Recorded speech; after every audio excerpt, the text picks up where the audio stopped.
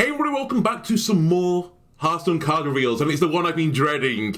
I've been so worried that Priest was going to be Resurrect Priest. You might be asking why, and actually, before we go into the card reveals, I just wanted to note on the Priest rotations. Part of the reason that got me so spooked about this Resurrect Priest was Obsidian Statues rotating back into the game with lesser Diamond Spellstone, so there are some resurrecting cards, and some cards you would like to be resurrected.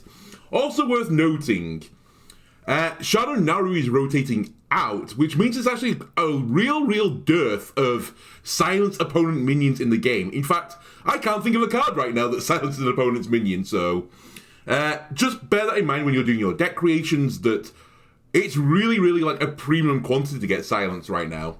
Also worth noting, Dark Bishop Benedictus is rotating out, so we're going to lose Shadow Form from Priest. Anyway, it's always good to start with a legendary. It gives you some direction. And what a legendary we're starting with.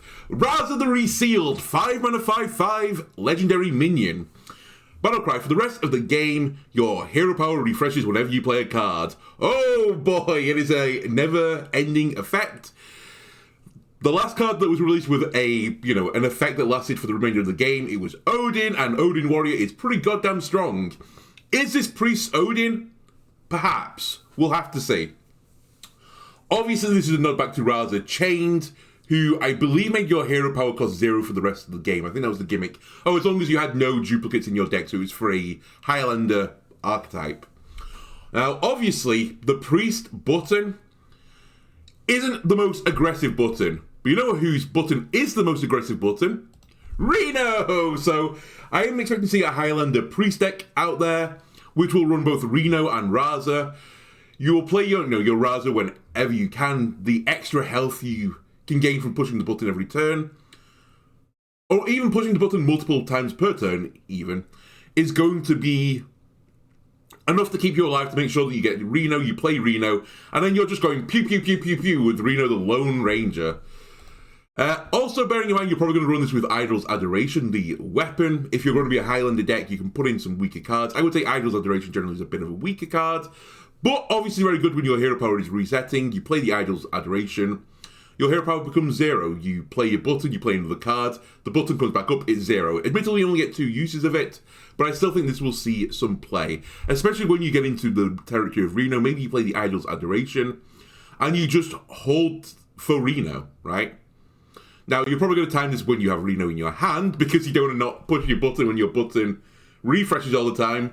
But it's that type of deal. So, again, we're going to have to watch out in the future for hero cards that Priest gets, because Raza will have insane synergies with them. Currently, I think it's really just Reno right now, but you never know in 2 cycles' time who it's going to be. Also, again, just as a reminder from the opening, Dark Bishop Benedictus is rotating. I think there's many reasons why it had to rotate out. Raza is one of them, because that would have been really disgusting if you had a refreshable deal 2 damage button in an aggro deck. Okay, what cards are we expecting to see then with Raza, other than the Reno and stuff? What is going to give us the refreshes we need to get the value from the button that we deserve? You can play stuff like Anduin's Gift, a spell that creates a spell. That's 2 refreshes, and the Anduin's Gift as well can pull out a 1-mana spell. So, you play a 1-mana card, you push the button for 2, play your other 1-mana card, push the button again for another 2. That's pretty decent, right? It's okay. Obviously better if you get the Reno button, you start hitting them in the face instead. But it's okay, right? And again, I think this is going to be in a Highlander deck, so I think Anduin's Gift will be in there. I put Pep here just to represent all of the bottle cards, right? The one that deals damage to a single minion stores in a bottle, the one that heals you and stores in a bottle, and the life bugs that store in a bottle. Obviously, if you hold all these bottles in your hand, and maybe you do play Pip in this deck just to copy the 1-cost spells. 1-cost spells, very good at refreshing, right? You're not spending a lot of mana on it, you get more button presses. Obviously, 0-mana spells will be better, but there's not too many 0-mana spells in Priest right now. A lot of them are rotating. Actually, while we're also here, the Light That It Burns, the great 1-cost spell, arguably one of the greatest 1-cost spells ever printed, is also rotating out, so Priest is losing quite a lot of ammunition right now, but they are gaining a lot as well at the same time, so it's going to be really interesting to see where Priest falls after this rotation.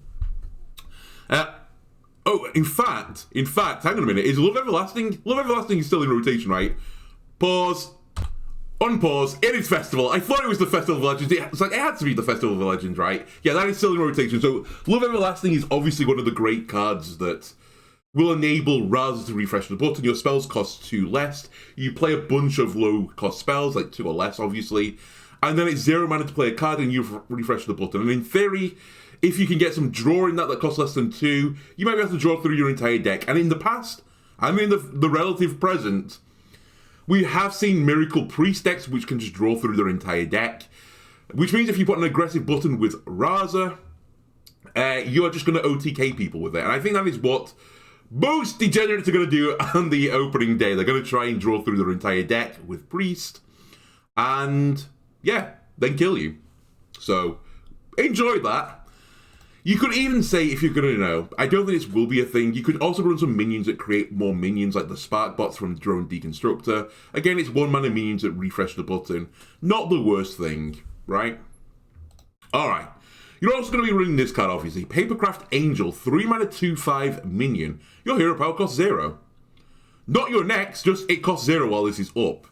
This card is actually low-key insane. So, it's 7 stats for 3, which is really good. It's not understated in any way. And for an effect that is an aura, right, it's statted pretty nicely. It's statted with more health than attack, and that's the way you would want it. So you could even argue this is like an equivalent to like a 3 mana 3/4 that discounts 2 mana on top of it. You could say it's like a 1 mana 3/4. Now, obviously, again, not all buttons are made equally. The Priest button is very defensive, so it's not quite as oppressive as that. But obviously when you play Reno, then it becomes pretty goddamn oppressive. But at that point in the game, you can deal with the 2 mana cheat, right? Classically, whenever buttons have been discounted, by the way, the cards have seen some play at some point. Popular Pixie saw some play in Button Druid. Tour Guide saw a lot of play and still sees play in Warlock and Death Knight to give you a corpse or to give you a card draw. Amplified Snowflurry used to say play in Big Spell Mage. The 0-cost button was very nice in the early game. You could freeze an opponent's minion and just stagger out the game, right? I've also included Felfire Deadeye on here, who for Demon Hunter, discarded your button down to 0, but obviously your button was worth 1, so it wasn't as big a discount, it was not as big an effect, and this card was probably, of all of the button discounters, this saw the least play. In fact, I barely remember the card even existing. So yeah, I think Papercraft Angel will also definitely be seeing play. It'll be seeing play in the Highlander Raza Priest deck that I'm thinking will exist. And if there is any OTK Raza deck that comes from this, it'll see play in that as well. Alright, more cheap spells. Careless Crafter, 3 mana 3/3, Death Rattle, get 2 0-cost bandages, that restore 3 health. The bandages are effectively regenerates, right? This card is just flat out bad. However, obviously it has been carefully designed with Raza in mind. The 0-cost cards are very good for refreshing the button, and if you become Reno, then this is just ammunition to do 2 damage to your opponent's face, right? So, yeah, 3 mana 3/3 with Death Rattle, get 2 0-cost cards is really bad, but in the context of the whole deck, probably will actually see some play. And I've mentioned this countless times before. Anytime a card especially gets discounted to 0, or, it costs 0, 0-cost spells normally break Hearthstone, so watch out for Careless Crafter breaking the game in some way. I can definitely see it with the Overheal decks as well, maybe trying to run this card. 0-cost Overheals, very good for your card draw engine as well, right? So, it might go into a lot of places, but the default card itself is not good. Anyway. Alright, other legendary. This one is probably more insane than the previous one. You thought Raza was good? How about Timewinder Zarima? 5 mana 4/6 dragon, Battlecry. Once per game, if you summon 5 other dragons, take an extra turn. That's right. Priest is getting access to the Time Warp. Oh boy, oh boy, oh boy, oh boy, oh boy. Oh boy. So Time Warp was a quest reward for Open the Waygate, and it caused a lot of grief in Mage, and it still causes a lot of grief in Wild Rite to this day. You would set up an OTK combo, and rather than just, working with 10 mana, you could kind of work with at the very least 15 mana, right? Because you'd play your Time Warp, you'd add 5 more mana, you would take your extra turn when your turn ended, and then you'd have a refresh of 10 mana again.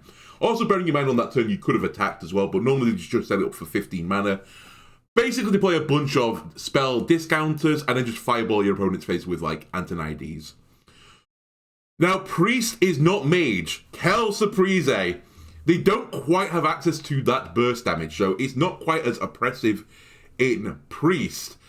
I would say summoning 5 dragons per game, and also it's not play, it's summon, so if you generate a dragon via, like, a Death Rattle, that will count towards Zarima, so I think Zarima is easy to activate, but not quite as easy to abuse right now. I think it's also the second reason why this card had to rotate, because there definitely could be a world where that would be oppressive. If you could fit in your dragons into, like, your Shadow Form deck, you play this aggro dragon opening, have a great button, and then just start pew-pewing them down as well on the extra turn. It would have just been too much.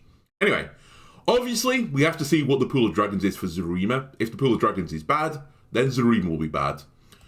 This is the current pool of dragons that will be accessible, minus 1 dragon, which we're about to reveal, spoilers. Honestly, the pool of dragons, okay. It's kind of split between some really good 1-drops. I really like the gift wrap Whelp. Also, Ship's Chirurgeon, is that how you pronounce that? Is rotating in from Caverns of Time, which is really interesting. Again, it's a really good aggressive dragon. We're missing stuff from the 2-drops. Fairy Dragon is fine, but you'd like a little bit more. Time Lost Proto-Drake is definitely going to be a consideration, as will Star like Whelp. Time Lost generates another dragon, which is very good for your dragon priest deck, right? And Starlight Whelp generates you another card, which is likely to be a dragon, since you're going to be stacking your deck full of dragons. You can then stick stuff like the Origami Dragon in if you want the game to be a bit slower. It's a very solid card. And then you can even throw stuff in like Alexstrasza, right? That's a pretty good thing to have a Time Warp on, right? You Alexstrasza, you play your Zarumi on the next turn when your opponent's health is going to be around 15. And then you've got 2 turns to do 15 damage instead of 30. That's going to be pretty frightening, right? Anyway, I'm not going to go through all these dragons. What I will go through is this dragon. Clay Matriarch, 6 mana 3/7 dragon. Miniaturize, Taunt, Death Rattle. Summon a 4/4 Whelp with Elusive. Elusive being you cannot target this with hero power or spells, right? On the face of this card, I actually think this card is pretty bad. If you just ignore the Miniaturize keyword for now, the effect is very similar to Obsidian Revenant, and when the mass breaks down, it's pretty close. Obsidian Revenant basically sees 0 play right now. I've seen it in a few mean Death Rattle decks, but nothing around tier 1, tier 2 region. Obsidian Revenant was a 6 mana 4/6 elemental. This is a 6 mana 3/7 dragon, so you do get the same stat line. Admittedly, Clay Matriarch is statted better because you want your top minion to have more health. And the effect on the Death Rattle gave you a 4/4 Whelp with Elusive on Clay Matriarch. You can value that as around about a 4 mana card, right? Whereas for Revenant, you would get 2 random Death Rattle minions that cost 3 or less. On average, they're probably 2-drops, which gives you like a 4 mana effect. But you could high roll slightly higher than that, you can also lower roll it. So yeah, they're very, very similar cards. However, the Miniaturize does break this a little bit, because you get, on top of this, a 1 mana 1/1 dragon with Taunt, Death Rattle, summoning a 4/4 Whelp with Elusive. So you get way more value from the Clay Matriarch. Also important to note for your time-traveling dragon, it's on summon, right? You play your Clay Matriarch, that's 1 dragon. It dies, summons a Whelp, that's 2 dragons. It gives you a mini. You play the mini, that's 3 dragons. The mini dies, gives you another dragon. There is 4 dragons all packaged into this Clay Matriarch. So I think this will see some play in Dragon Priest, or the new up-and-coming Dragon Priest deck. And it's mainly because it summons 4 dragons. The miniature is very solid as well. 1 mana 1/1 that gives you a 4/4 on top of it. That's good value, right? That's like a 5 mana effect for 1. Great value. Anyway, more dragon support. Scale Replica. 2 mana spell. Draw your lowest and highest cost dragon. Low-key kind of insane. It's 2 mana draw 2, which is always welcome. And it also tutors. Now, it is a bit scuffed, and I think, again, the designers are kind of, they've done well here. Obviously, you would like your highest cost dragon to be Time Winder Zarima. and the scale replica would tutor for it. And I think there is a world where you probably could do that. And maybe you do run this as an aggro dragon build instead. The problem with that is you lose out on so many good dragons. A lot of the good dragons are above this 5 mana cost, so I think you'll use your scale replica instead just to draw like an Alex Straza instead to set up this, not necessarily OTK, but just to put the pressure on your opponent into the turn that you're going to take your extra turn. Also, Scale Replica could pull out something like Gift Wrap Whelp, which I think is a very, very good dragon. And it will guarantee that your Gift Wrap Whelp will get its effect off, because you're going to have your highest cost dragon that you're not going to play, which means you'll have a dragon in hand, so you'll be playing a 1 mana 3/2. So yeah, Scale Replica will definitely see play in Dragon Priest. I think Dragon Priest will be a good deck at the very least. I don't know if it's going to be the toppiest deck, but this definitely gets into that deck. Also, this card, kind of bonkers, 4 mana Fly Off the Shelves. It is a spell, deal 1 damage to all enemy minions, repeat for each dragon you're holding. Alright, we just had Inquisitive Creation at 4 mana 3/4 mech, which did, on a battle cry, 1 damage to all enemy minions, improve for each spell skill you've cast this game. This card was nerfed at 4 mana. Now, I do appreciate it's a very similar effect, but you had a 3/4 mech on top of it, so I think Fly Off the Shelves is a little bit weaker than this. However, it's probably easier at the point that Fly Off the Shelves could be played to have more dragons in hand than spell skills played from Inquisitive Creation. So I think Fly Off the Shelves is still incredibly bonkers. Probably doesn't have the highest of high roll potentials that Inquisitive Creation had. You could have a handful of 9 dragons or 10 dragons. I don't think that is ever realistic. But, you know, it's probably going to be 4 mana deal 5 or 4 mana deal 6 damage. That's really good. That's a really good control option. It's also only on enemy minions, not your minions, so you can make a big tempo swing if your opponent throws out a bunch of minions. You clear them off with Fly Off the Shelves, protect whatever board you had still, and then start smoking the face, and eventually, you know, you're going to get another extra turn. Just saying. Alright, I know we've got a few cards that I think can go into some of these decks, but I've not really put them as a specific one. Repackage, 7 mana spell, stuff all minions in a 2-cost box, and then shuffle it into your opponent's deck. Wow, what a great control card. This is Psychic Scream in 2024. Instead of shuffling all minions, and by the way, this is still all minions, so it includes your board, into your opponent's deck, and then your opponent gets, you know, all these cards into their deck, and they just slowly draw through them, right, and eventually they'll find the cards again.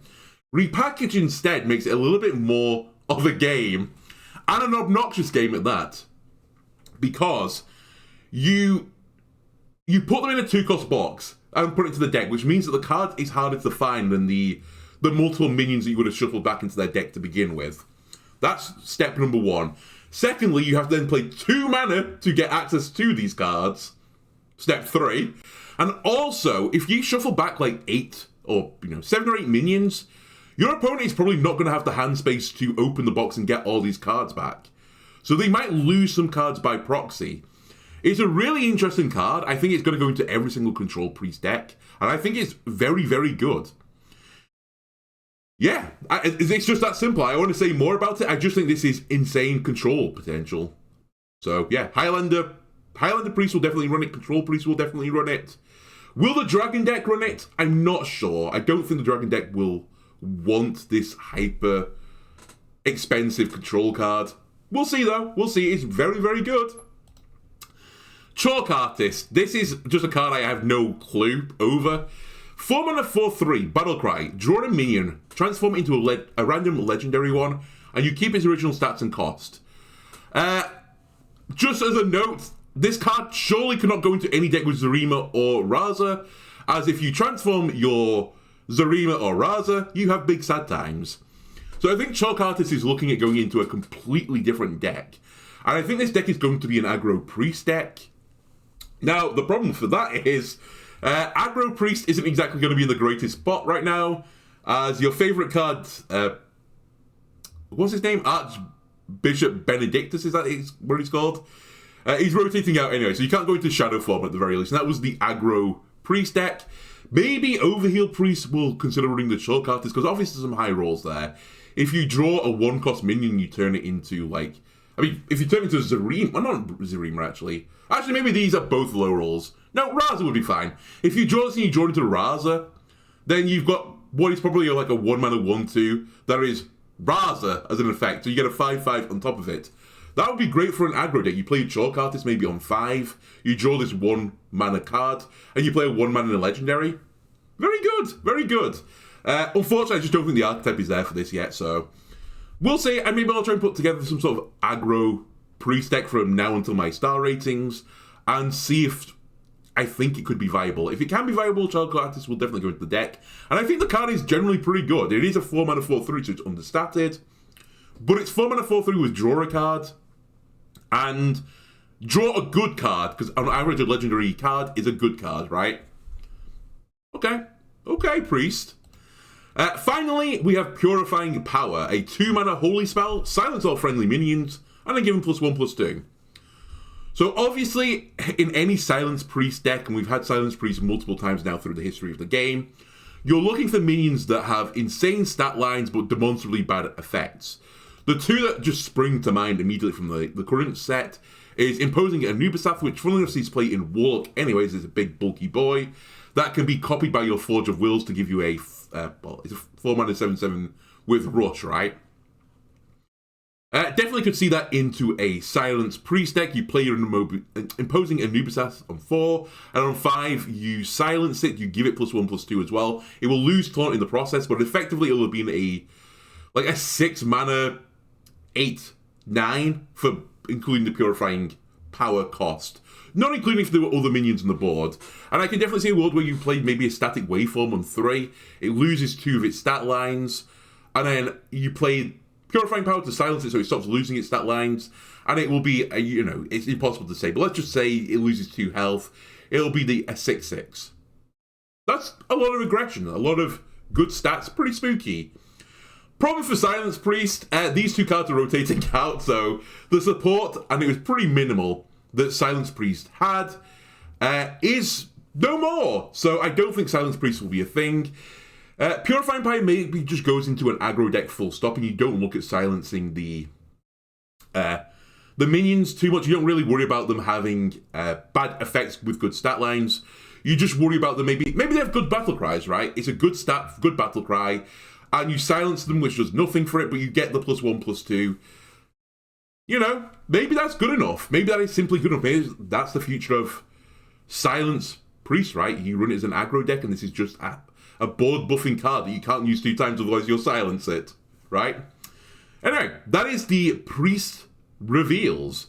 We are currently, as I'm recording, getting major reveals, and they look spicy so far. And yeah, hopefully later on today I'll put up the major reveals. So thanks a lot for watching. I'll see you again next time. Bye.